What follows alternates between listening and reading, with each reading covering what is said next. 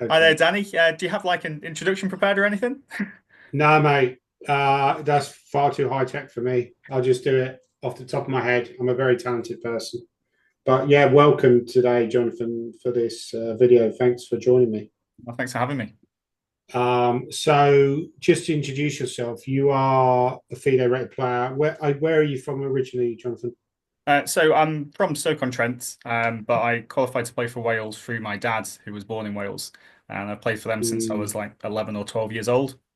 And right. I'm a FIDE master. I've been to 4 Olympiads to play for Wales, and been a chess coach for quite a few years now. Yeah, I mean that's pretty good CV, by the way. I like your background. I don't have a very good background. I should. I'm too lazy to put it. I do have a green screen, but I'm too Yeah. lazy to put it. So I've just got this cupboard behind me. Hang on. Do you Right? think this is a green screen? No, no, no. But it looks nicer than what I've got. Do you know what? If my wife ever sees this, she'll be really happy now. She'll be like, "Yes, it looks good in the background." She's always telling me to straighten up this blanket, make sure it's a little bit Yeah, straighter, so it looks better. yeah, yeah. There's always those funny videos where the kids running right when you're doing like a Zoom call and all that kind Hmm. of stuff. But okay, so I think I played you in a tournament in League in Staffordshire like years Yeah, ago, right? yeah. I played through the game actually maybe 6 months ago or so. Right. I think Julian Hodgson was there as well, wasn't he? Uh, well, the thing was, Well, I there's that many remember people. I played that. Like you play a tournament around about the same time, and you don't really play it again. Hmm. When I seem to recall that I played, maybe Hebden was there. Yeah, I played Elite Congress where Hebden was there, and maybe there was also Harriet Hunt was playing. and Meet Ghazi, I think. Yeah, but I think you might be right. I think maybe I played Elite Congress where Hodgson was playing, and I needed to win the final round against somebody, Gavin Locke, and I failed to win. And his girlfriend started celebrating in front of me. I was like, all right. But we didn't get on. We didn't get on, right? All right, But I that's see. another story. But um, yeah, I mean, you always have tough games. And I remember playing you, and remember being frustrated at. I think I threw my pen down. I was frustrated at the amount of resistance you were putting up. Well, Who's this well, it was a kid? French, wasn't it? Wasn't it a French? And like I Mm. grabbed a pawn or something like that, and All these games are just lost to me, mate. I it just just lost to you. genuinely can't remember You know like what's any funny of them. though? There's very few Um, games from that period I can remember. I do remember how I felt during the game. I was a bit pissed off. Sorry, carry on. Yeah. no, no. Well, firstly, that's the way that Mm. I actually like to play. To be honest, I deliberately play just to piss people off. So, Yeah. that's in fact, Like a chess troll, right? yeah. Well, in a way, I don't even try to win. Sometimes I'm just thinking, well, what's Mm. your plan? I'm just going to try and annoy you as much as possible. What's the most annoying move that I could possibly think of here? Yeah, And yeah. take a lot of pleasure in that, to be honest. But just going back to that Mm. tournament, because the Elite Congress was actually really successful for many years. Mm. It hasn't been on for ages. Um, and we've just actually, because we have Stoke-on-Trent is actually celebrating its 100 years as a city this year. Right. And Nice. so we've actually managed to get a really nice venue, and I applied for to have the venue for free, and we're actually putting on a weekender in August on the 16th and Wow. 17th, I think it is of August. So Does it's it after the clash with venue. anything? Does it clash with anything? I think there is another tournament. I think Newport in Wales has got a tournament on the same date. Right. But I never get invited to that, so I'll play your League Congress, mate. yeah, That'll well, it's be about a 7-8 minute walk from the train station, from Stoke Station. So it's got good transport links. But the venue's mm, lovely. And yeah, it'd be great to have as many people there and try and re-establish that congress. For every year in the future if we can do. yeah, that was my plan actually. Was actually I've been playing a few more weekenders recently because a guy I know, friend of mine called Keith Arkle, he constantly boasts about how many tournaments he's won on Facebook. Oh, really? So my plan is just to play all around the country to win more tournaments than him. But it's very difficult because he plays all these weak senior events, Hmm. and let's just get the digs in early, right? Yeah, yeah, of course, yeah. Well, Uh, I'm not far off the seniors. I mean, I just turned 40. So is it no, that's quite a 50? long way. That's quite a long way. Man. In hockey, I'm classed as senior. So I can Yeah. play senior hockey, which is great. Oh, okay. Oh, you're a hockey player. Yeah. Oh, that's interesting. Yeah. Not many chess players are noted for their sporting prowess. There's quite a few though, isn't there? I know that Adam Collinson was quite good at football. Joseph Uh, McPhillips wasn't he academy football graduate? oh, I wasn't aware of that. Oh, for Bolton, possibly. And Yeah, then you've got because that, is it Norwegian Agustin? He was a goalkeeper. I think he was a striker actually. Oh, Yeah, yeah, he was that's right. He was a very good forward. I think he even played for Norway at one point, although probably the standard wasn't as good back then in Norwegian football as possibly it would be now, but still it's very rare that people are very good at one thing because chess tends to be something that takes up so much of your focus. yeah. It's very much like you're focused on that one thing, and actually that's another thing that it tends to attract a lot of autistic people because autistic people tend to be very like focused and driven on, and they can focus on one thing in particular. But yeah, that's interesting. Yeah. So anyway, I wanted to ask you a few questions. Hmm. So one was about okay, I've actually written. So I've done a bit preparation. I'm Do impressed, first of all. You've done some preparation. yeah, very rare. Yeah, actually, I saw something just now. It's very funny by Sam Williams. He's saying he's playing Reykjavik Open and he's checked into a Yeah. hotel. Did you see that? Yeah, Yeah, so yeah, I know what yeah, you're going to yeah. say. Go on, keep going. And he checked in a hotel, and the guy who checked him in turned out to be an IM who said, I played you last night and I beat you, and I'm 28-33 online. I'm like, what? That's crazy, right? And I'd I love see to go there. it's crazy. Yeah, there's some countries that are so chess mad. But this is coming on to another thing is that chess is tending to grow uh, through coaching and chess in schools. And I know you do a lot of coaching, Jonathan. I think that's your main source of income, right? Yeah, I mean, I've kind of, I did have five after school clubs and two evening junior clubs at one point. I've actually not got them at the moment and passed them on to other people. And just focusing on some one-on-one coaching. I actually got a proper job at one point as well. So I'm still in Wow. a bit of limbo I'll about. never do that. Never get a job. That's always a I bad know, idea for right? I chess players, know. right? Don't worry. I ended up teaching chess to the other staff members when I was doing the job. So don't worry. I still taught Okay. chess. It's, Um, yeah. So the question was, do you enjoy coaching, and what do you actually specifically do to help your students get better? So yeah, I absolutely love coaching and teaching chess. When you see, I think the best thing to see is somebody who can go from where they can't do something to a few weeks Mm, later saying that they can do something. And sure. the best thing that you learn, because I used to be a maths teacher, so you learn about why people learn. And so, Mm, we dangle these carrots in front of you, or you could win some money if you enter this tournament or whatever it might yeah, be. yeah, But yeah. it's actually really what helps people learn is the self-confidence that they get when they realize that they've gone from point A to point B. Sure, And then that you sure. get them to look at that and go, look at what you've done. And they actually start to believe in themselves then. And all of a sudden, Mm, they start to go, well, if I can learn to do that, can I learn to do this? Can I learn to do this? Okay, within chess, but also outside of chess as well. And yeah, getting people to understand that part, that it's not about getting the sticker or getting the badge or getting the medal. It's about building confidence within people. That's something that's completely different that I don't think many people focus on.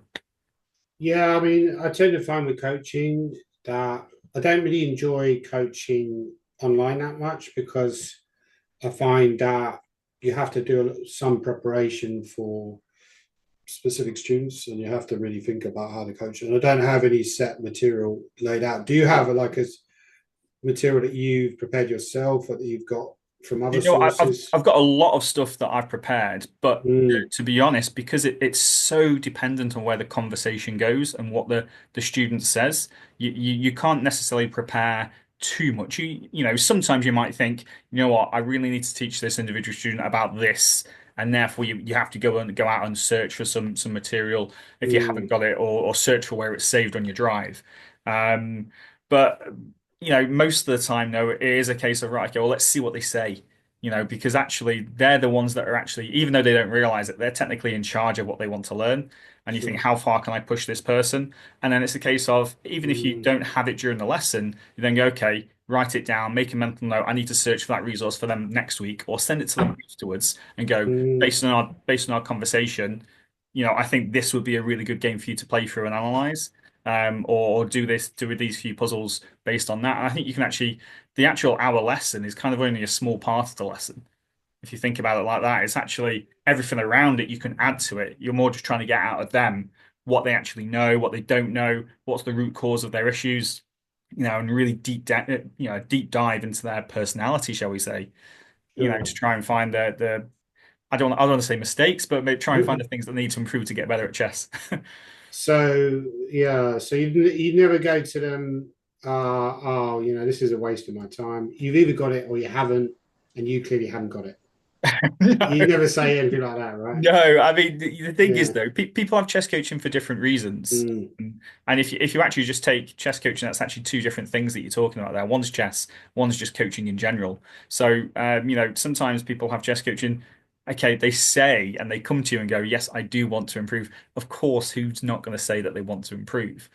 But actually, mm, some people, and they don't even realize it, and they only think about it sometimes maybe, 6 months to a year later, that person is actually just enjoying learning something new about chess, sure. enjoying the conversation, enjoying diving into a hobby. And it should improve them, of course, obviously with the lesson. But sometimes it's more about enjoying the game and having your eyes opened to a different way of thinking and being able to bounce ideas off somebody. This is one thing that I was taught when I was a maths teacher, and I was just like, you're not a teacher of maths, you're a teacher first, and that's it. Yeah, yeah, The yeah, subject is absolutely. secondary. Absolutely, that's a good point. I mean, I often when I do like one school, and I often ask them questions about geography and stuff like that. Yep. Like, what's the largest country in Africa? And, we had that one at the dinner table, the foreign cell the other day. Actually, Oh, by the way, really? what's the largest? Actually, that's my question to you. What's the largest country in Africa? Um, is it the Democratic Republic of Congo? No, that's incorrect. Uh, People did guess that. That's is it probably not a bad Niger? Nigeria, you mean, or Niger. You're going to go. Niger. Niger. It's not Niger. No, I don't think that's one of the largest, but it might be. Nigeria, I think, will be larger, but Nigeria is the most populous. Yeah, I knew But it, Nigeria because I knew that I saw something on the news about some of the trade deal with them a while mm, ago. Go on. What's the answer? I don't know. oh, it's a difficult one. It's Algeria. I think because there's so Ah, much Sahara Desert in it, and but it used to be Sudan, but because of the civil war, they partitioned, cut it into two oh, I countries. So see. basically, it's no longer Sudan. But you, But you can do that in chess, though, can't you? You can start asking them who's got the most, mm, grandmasters in the world, what country is this? You talk about, yeah, and that's what I did when it was like exactly. the World Championship was on between, well, it was actually back then between Carlsen and whoever he was playing was, what Yeah. country is he from? Where is that country? Who's got the most grandmasters per capita? You've just talked about Reykjavik, so that these kind of questions you do link it in with No, geography. absolutely, absolutely, yeah. So it's. I think it's also like I say with the coaching as well. It's something where you have to keep yourself. If it's not working for you as a teacher, then I tend to just end it because I just find that if you're not enjoying it, you're kind of faking it to the student. I've had students where I've not really enjoyed doing the coaching. It's difficult to get the chemistry. It's easier a lot of times when the kid is a bit of a like talks a lot, because. Yeah, I think I know what you mean, but I've seen people change though throughout lessons, and like lesson one, two, and Mm, three are usually massively different to lesson 20, 21, 22, aren't they? sure, And sure. obviously you get the impression that some people really want to be there, and maybe especially with children, sometimes there can be some parental pressure, that sometimes they Sure, maybe sure, not necessarily there because they want to be, but that's maybe what you could influence a few things, but most of the time I don't see.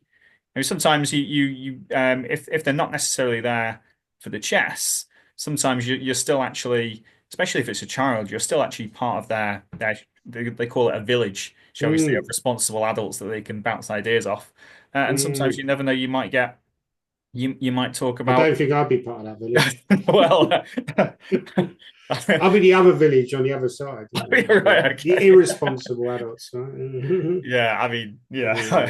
Well, yeah, I mean, I think you can still do things that are going to help that person grow. Okay, so have you got any promising students at the moment, and have you had any in the past who are like considered to be like national strength or like and how much do you feel that you're coaching, or even just generally promising ones? Now, how much do you feel that your coaching has actually contributed to that, or do you feel that most of? Because I always feel with coaching, it's a bit of a con in a way. Don't get me wrong, I think it's a good thing, but I didn't have any coaching when I was younger. Yeah. Still a chief grandmaster. So I feel like 99% of the time, it is the actual student themselves putting in the work. Yep. A lot of parents hire the coaches because they feel like, that's like a box ticking exercise, right? Yep. You tick the box and say, look, I've got a chess coach for the kid, so he's making progress. But in reality, to actually get to be a grandmaster or get to like the top level, or any level where say it's above, I don't know, 2000 or 1800, you've got to be obsessed with chess yourself, Oh yeah, right? definitely. I mean, I just thinking about all the students that I've had in the past, and I mean, when we say are any of my former students going to be grandmasters, probably not at this stage. But of course, we're Mm, coaching a lot of Welsh juniors. I've had obviously a lot of them play for Wales. Had some of my English juniors play for the mm, England team at various stages. But I think really your question kind of lies on a case of if you weren't there and they were just doing their own thing, would they still improve at the same rates, really? mm. And that's really the measure of what a good coach is. Can you get them to improve at a faster rate? And actually, I completely agree. I've seen students not improve. You look at their Lichess or chess.com account, and there's barely any activity on it. And then you look at Mm, another student who's improving rapidly, and they're on Lichess all the time. You see them joining all these different clubs, mm, making friends, playing constantly, playing all the silly games, which they probably shouldn't do. They're on chess.com all the time, completely mm. addicted. Of course, they're going to improve more.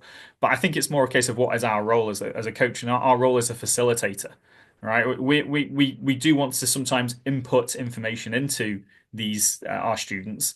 But actually, a much bigger part of the job is pointing them in the right direction. Yeah. For example, you get a student that comes to you, and they're relatively new to chess, shall we say, and I don't know what they're playing.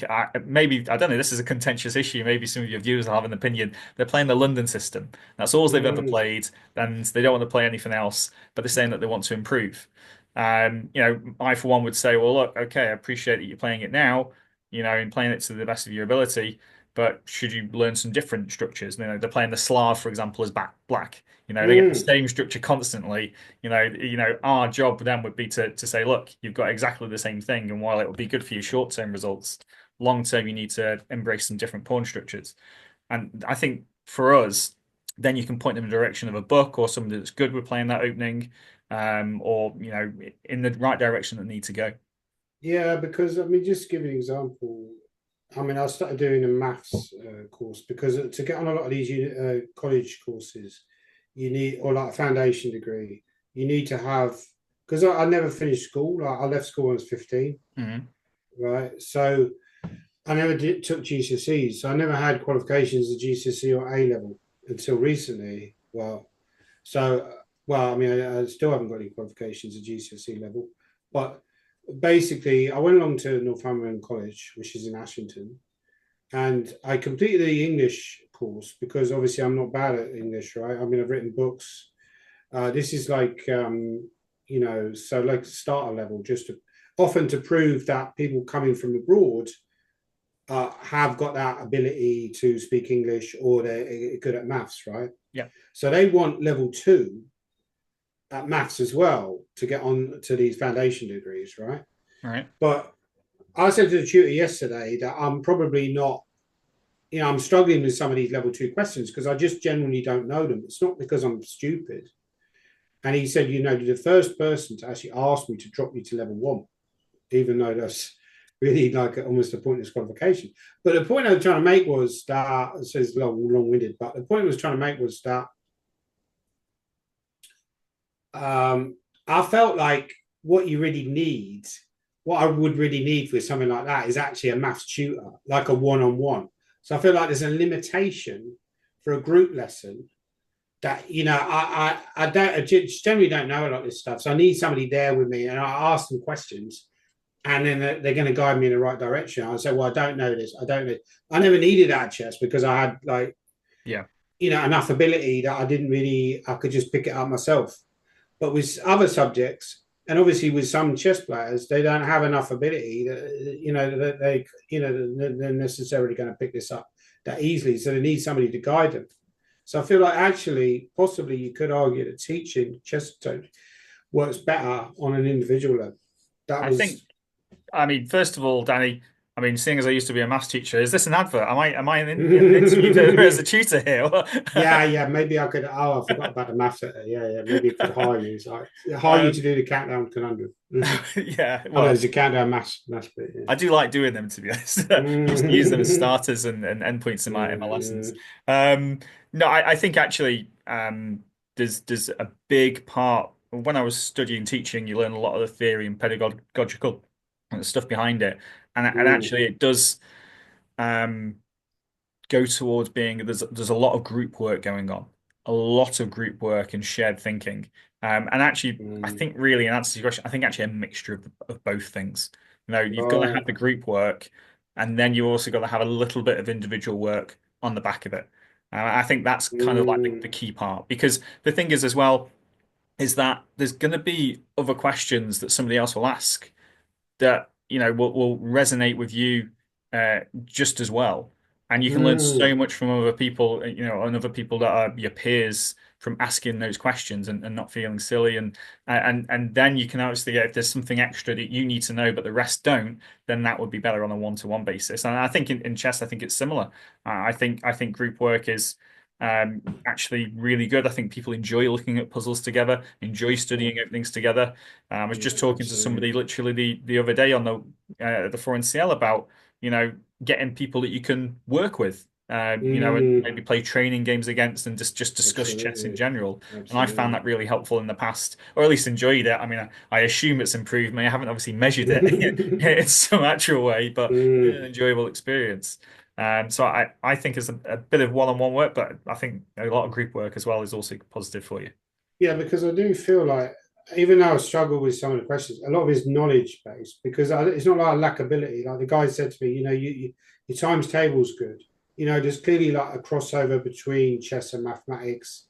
It's kind of similar in a way. So numbers, chess is like a brute force calculation exercise at times. Yeah. Um, I have relied a lot on my intuition. That's kind of where I've gone down is because I've relied so much on my intuition and the calculation element. One of the things I noticed with you, Jonathan, is I did actually did a quiz, and you were kind Yeah. enough to help me. One of the participants when I did this impossible quiz, and I do remember that I was quite impressed by you. You were one of the people that impressed me because you were doing a lot of calculation, and that might have been a maths thing. Do you find that is a strength of your game?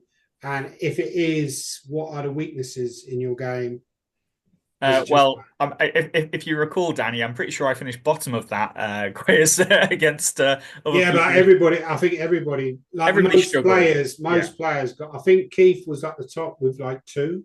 yeah. A few Uh, other people got one, and I got zero, I think. But I think I'd mm, highlighted some of the answers, but didn't go for them in the end. Actually, in a strange way, calculation is something that I've been training a lot because I would actually say that that was probably the one of the weakest areas of my games.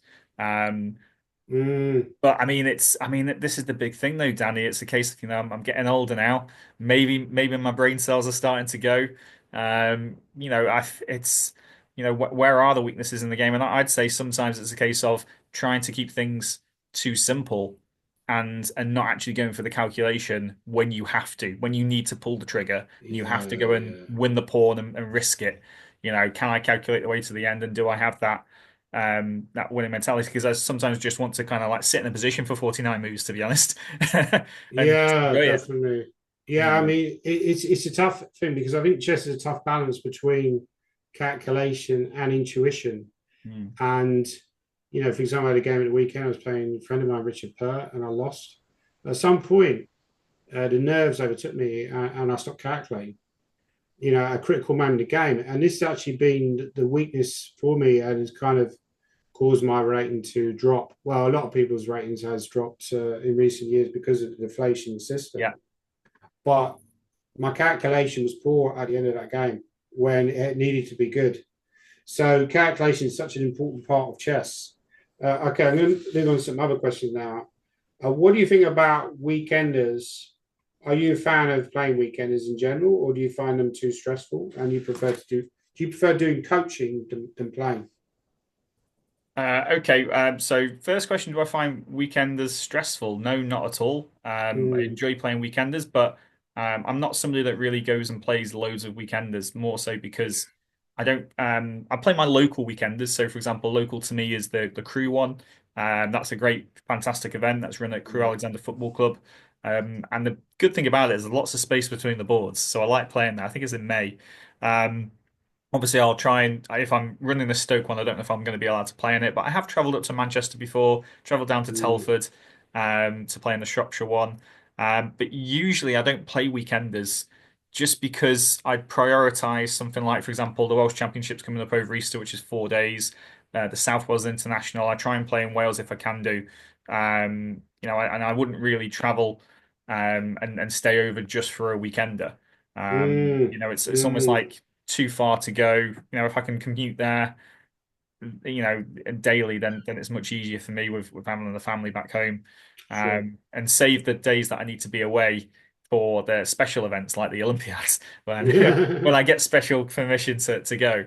Um, but no, I do enjoy coaching massively, but I think at Mm. heart all chess players enjoy playing. I absolutely I love playing. I love being sat there Yeah, and playing a absolutely. game. I think the problem is that Jonathan has become very because I played a tournament in Bournemouth the other day, Mm. and it cost me £200 just for train fare.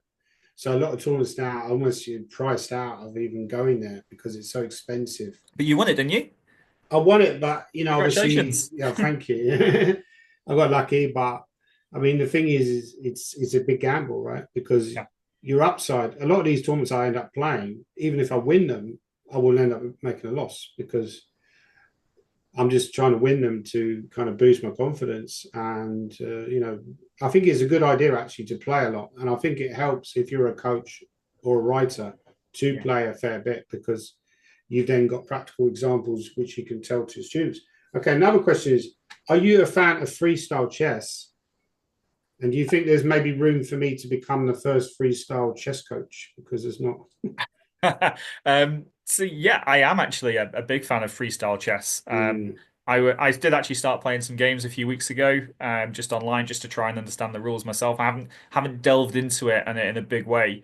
It's something that if I was maybe not focused on other things, that is something that I would play a lot of because the one thing that I hated and really disliked, especially when I was younger, I've started to like it a bit more now, but is learning opening theory. I used to want to get out of opening theory as soon as possible. If I could get out of that, then I knew that I was safe from getting into some silly opening trap or something like that, then I could just play. And actually, that's something that I think every chess player at heart, we just want to play chess against another human being that's not, got computer analysis in their brain somewhere. yeah, I mean, I played Marcus Harvey the other day. He's obviously one of the best Hmm. young players in England, right? And Yeah, L4 and CL. And I mean, firstly, when I was preparing, I was like, I can't really be bothered. I felt depressed because I lost the previous day. So I'm like, I can't even be bothered to prepare. It's so boring. yeah, And he generally plays like stuff like English.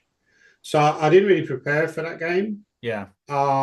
because it's like, well, you can get a position after what he plays and you're not losing. He's not somebody who's trying to beat you in the opening necessarily, No, although obviously can he have that ability. But in the end, he played like 1B3. So I think he was afraid of my prep, which he shouldn't have been, potentially, or maybe just wanted to play a different type of position. So the opening was something like B3, E5, Bishop B2, Knight C6, E3, Knight G7, which yeah, is a line, and he yeah. goes H4.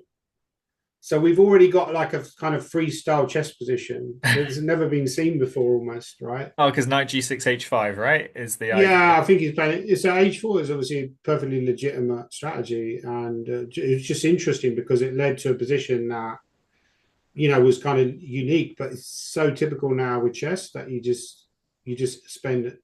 I do think the preparations overtaken the actual game, and that's become more important and Yeah.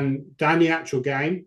And it's become so important now because you can't afford to get, even if you're playing open tournaments or whatever, you can't afford to get bad positions because you're playing people 2300, 2400, they're young and improving. working really hard on chess, you can't afford to play bad positions. So therefore, the opening preparations become such an important part of the game. So I think that's why freestyle chess has become. I personally don't like it, Jonathan. I think Okay. it looks ugly to me. I don't really understand it, and I think it will struggle to take off because most nice dog, by the way. Is it like a poodle? She's a Cavapoo. This is Bella. Cavapoo, beautiful dog, beautiful dog. I love dogs. You can I'm see always yourself in the computer, can you? it Scrolling. It's it okay. it's now become immortalized on the Gormally. Okay, let's move on to other questions. Right, there might be more relation to. Okay, one question was recommend. Can you recommend a good chess book? Hmm.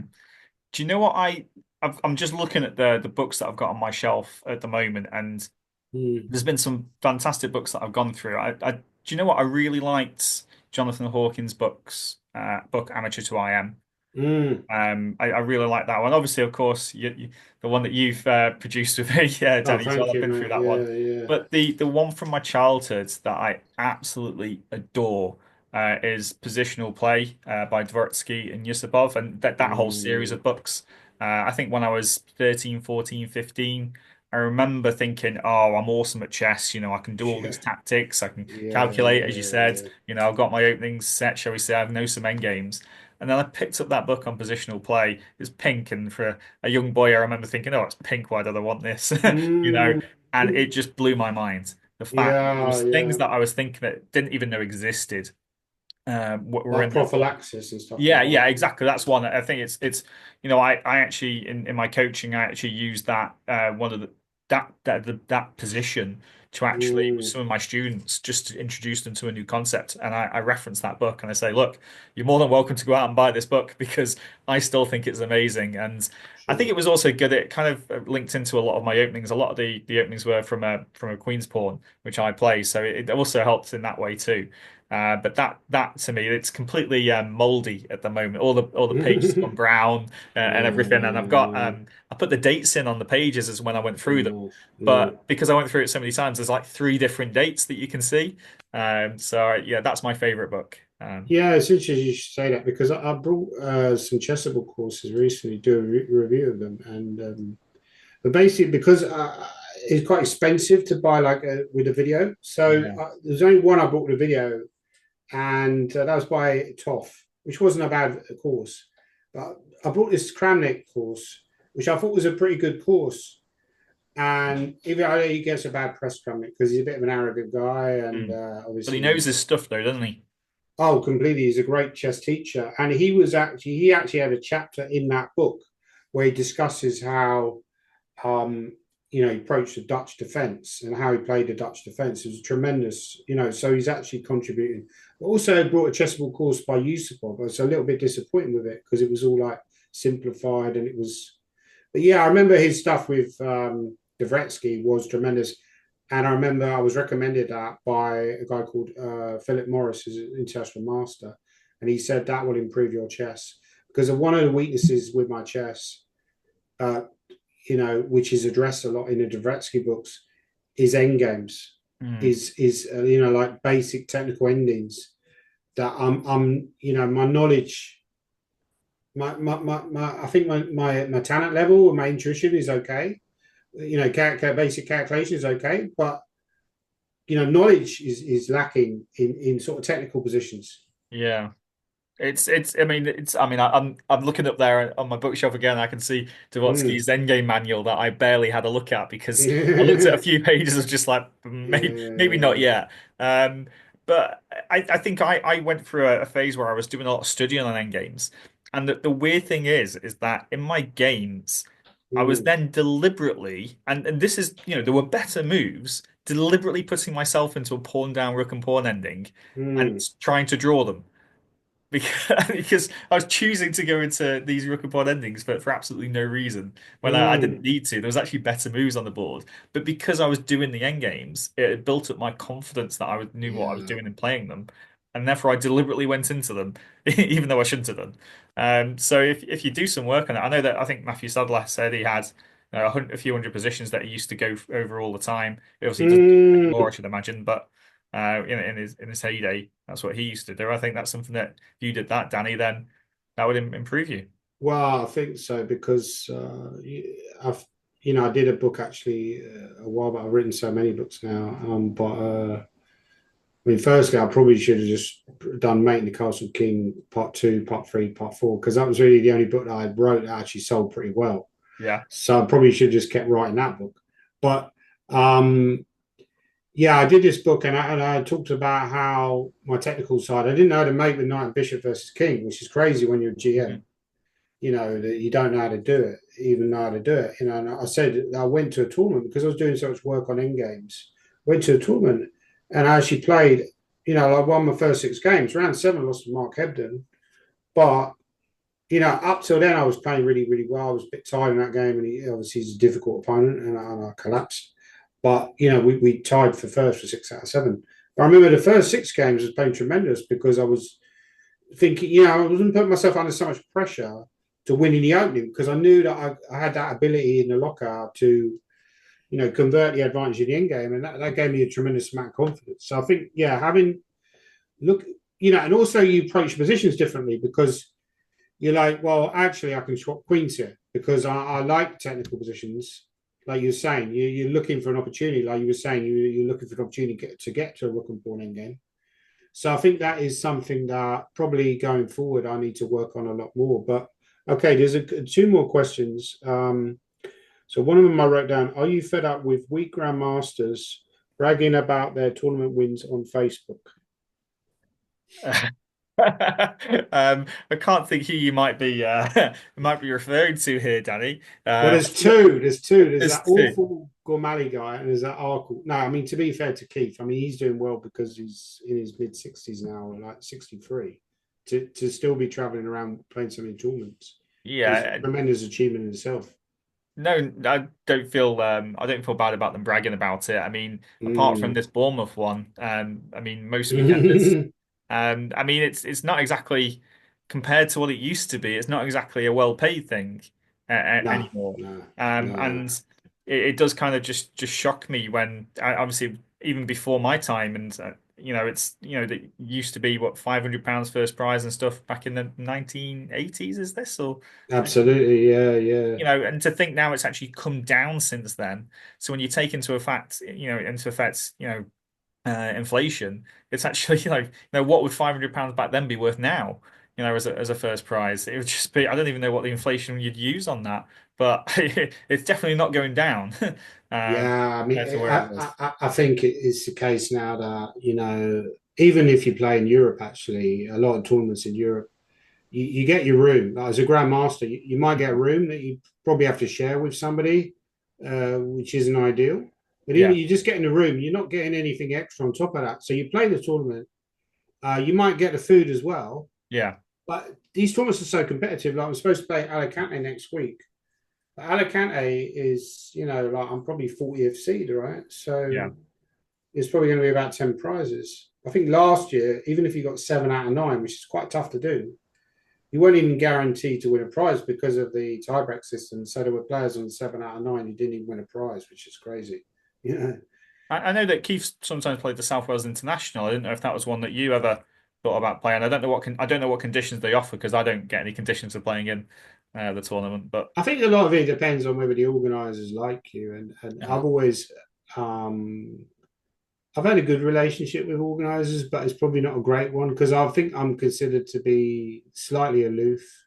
That's what I've always felt. And also, maybe the reputation isn't the best. So it's difficult. I tend to be just like I'll turn up and I'll play. I'm not looking for conditions a lot of the time. yeah, And if I get conditions, great. So a lot of it's arbitrary. I mean, I mentioned this in a blog post I did recently, Jonathan, and I yeah, said that it'd be great if there was more money in chess and you had a recognized system in place where it was like a European tour, right? Like, a world tour. yeah. Like they have in tennis, like they have in golf. But I think realistically going forward, that's not going to happen. So we're continually relying on people like Neiman. They have to organise these matches where he plays against the world. That guy's over 2,700. all these other players, right, who are struggling for conditions are Yeah. maybe even 2670s of players like that. They're struggling to get invites. So it's just difficult for everybody.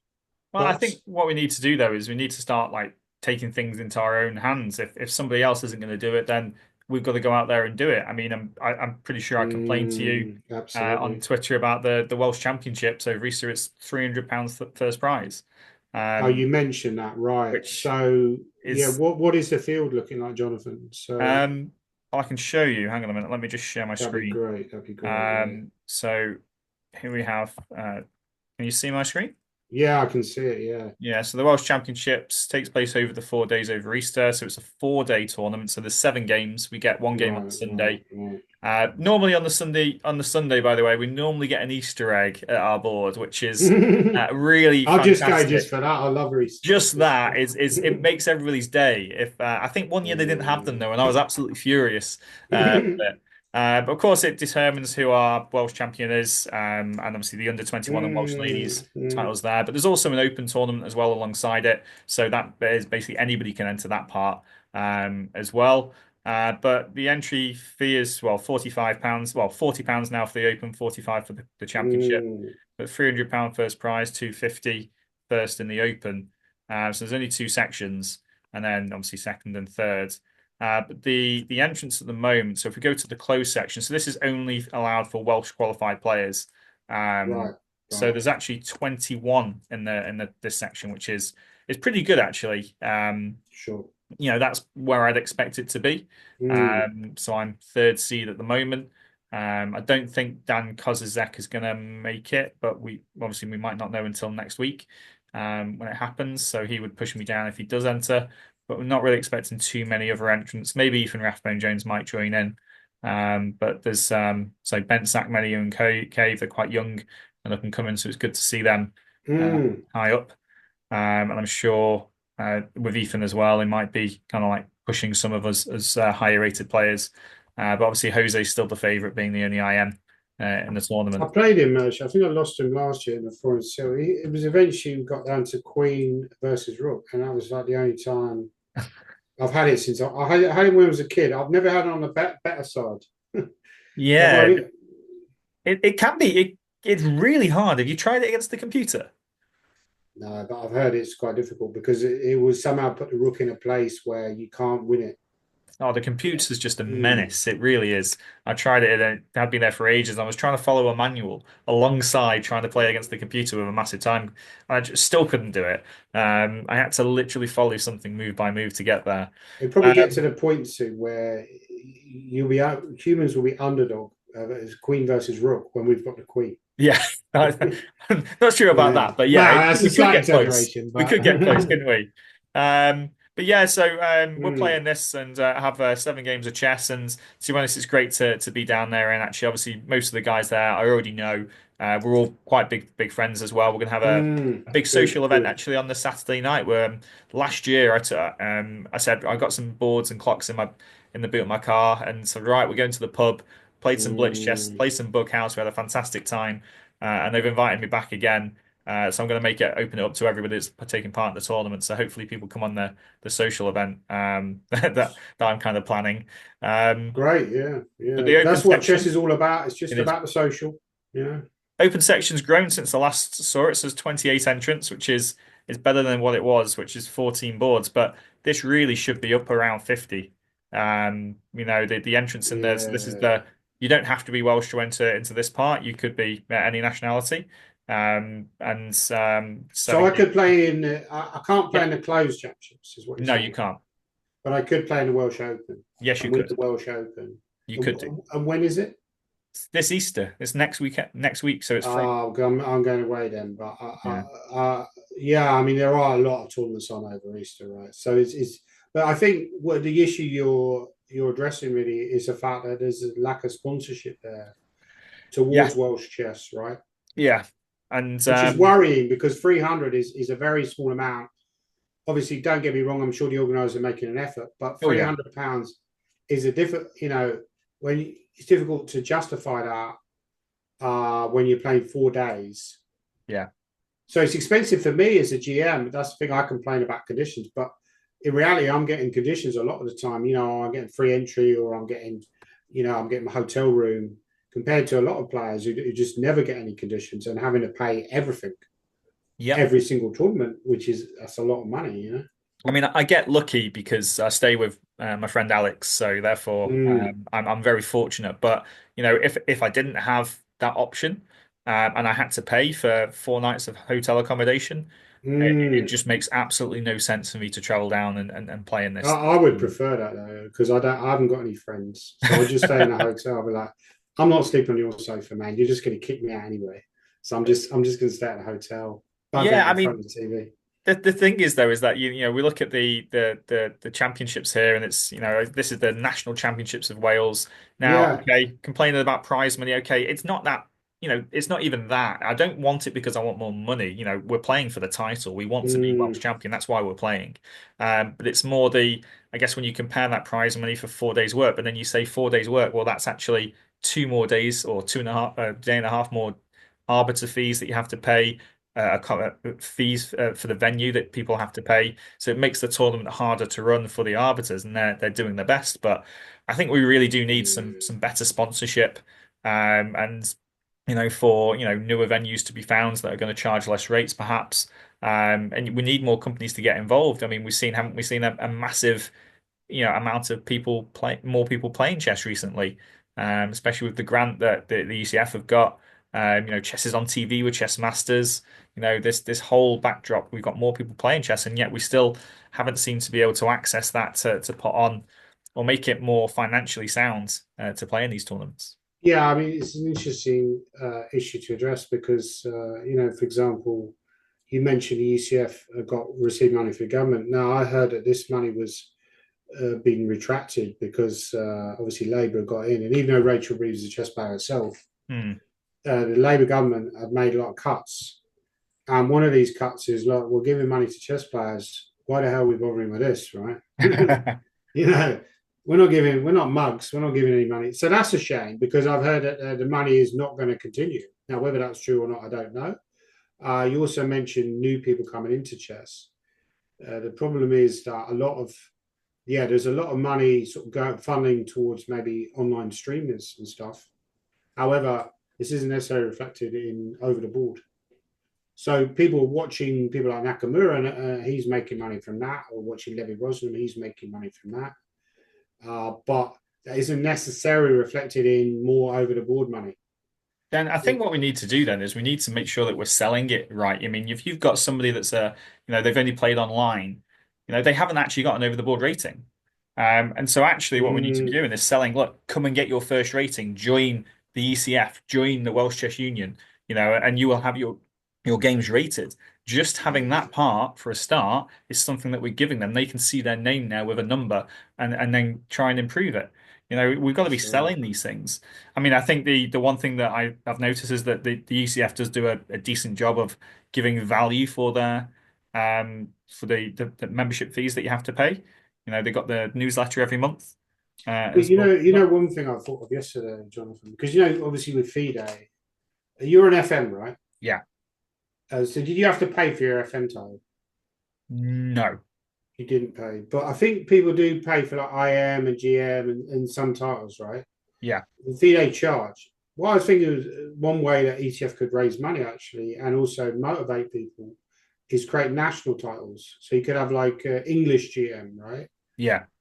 I mean, I think the other problem is that a lot of the money that goes into English chess isn't necessarily reflected in Welsh chess or Scottish chess, because Scottish chess had a similar problem, certainly recently. I know they turned their national championships into a weekender. Yeah. Which is just, I mean, it feels, I mean, I would say that they've actually got slightly stronger players than Wales in general. Mm, And yet here they are having their national championships as a weekender, which I know that they wouldn't want to do that, but I guess financially, from a business perspective, it made a lot of sense. yeah, I mean, it's a sad reality, but it does seem to me that a lot of money that goes into English chess isn't necessarily put into Welsh chess, and it should be, because I know we used to have a British Chess Federation, Yeah. and at some point there was separation, And I think now is the case where the people that have power in English chess don't really care about Welsh chess. They don't really care about Irish chess. They don't care about Scottish chess. They just forget they even exist. Let them look after themselves. But obviously, generally speaking, there'll be more money in London and more money in England. So, we had, for example, a case recently where some players possibly defected from Scotland to England, Yeah, junior players. Is that a yeah. worry as well? Maybe with Welsh chess, if you got promise, say if you had a promising player suddenly became 2,300, is there a danger that he would say, look, get lured down to, join the English Chess Federation? Do you know what? It really depends, because I guess that Scottish transfer to England, when when they turn 18, they turn 19, they're not Mm, competing against other juniors anymore. They're going to be competing against, I guess, Gawain Jones, David Howell, Luke McShane. These players are still going to be around for those Olympiad spots, and mm, they're going to find that hard. So you might find that they'll actually transfer back to Scotland to right. get in the Olympiad team. They just might just transfer to England on a temporary basis just for the paid for training. So are you going Possibly, to stop abuse like possibly, that? possibly. And it's But not that they've deliberately done that, by the way. It's yeah, just how it's fallen. I'm just thinking, what's the yeah. long-term effect here?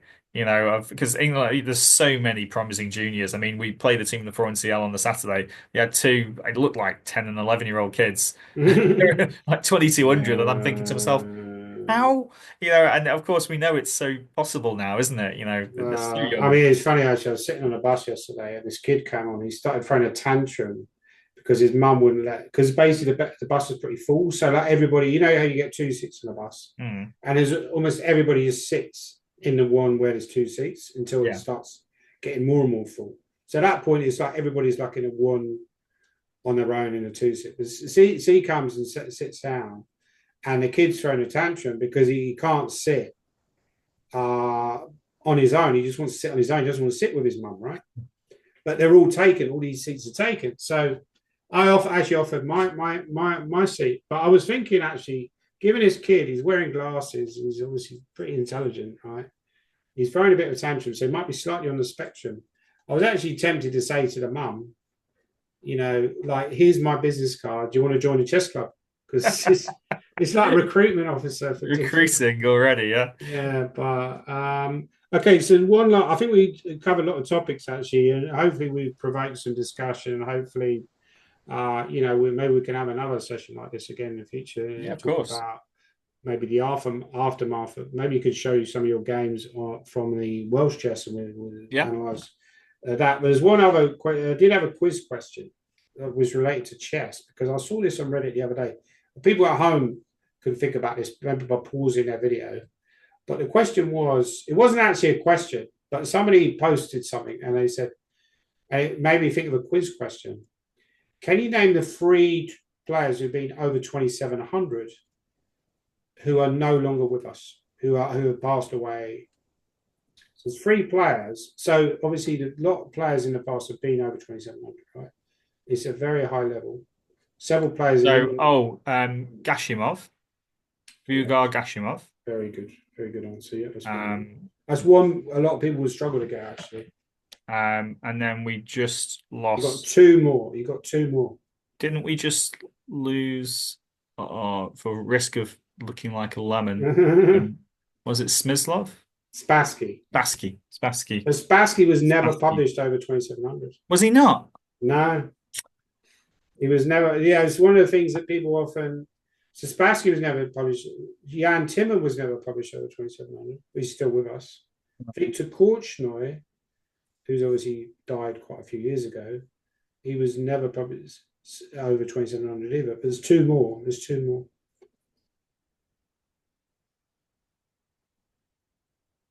Did I get the hard one, but not the easy ones? Yeah, there's two. There's one really obvious one. When you're like, yeah, when you get this one, this is really obvious. Oh, It's I'm like going a to be kicking myself, aren't I? famous. I'll give you a clue.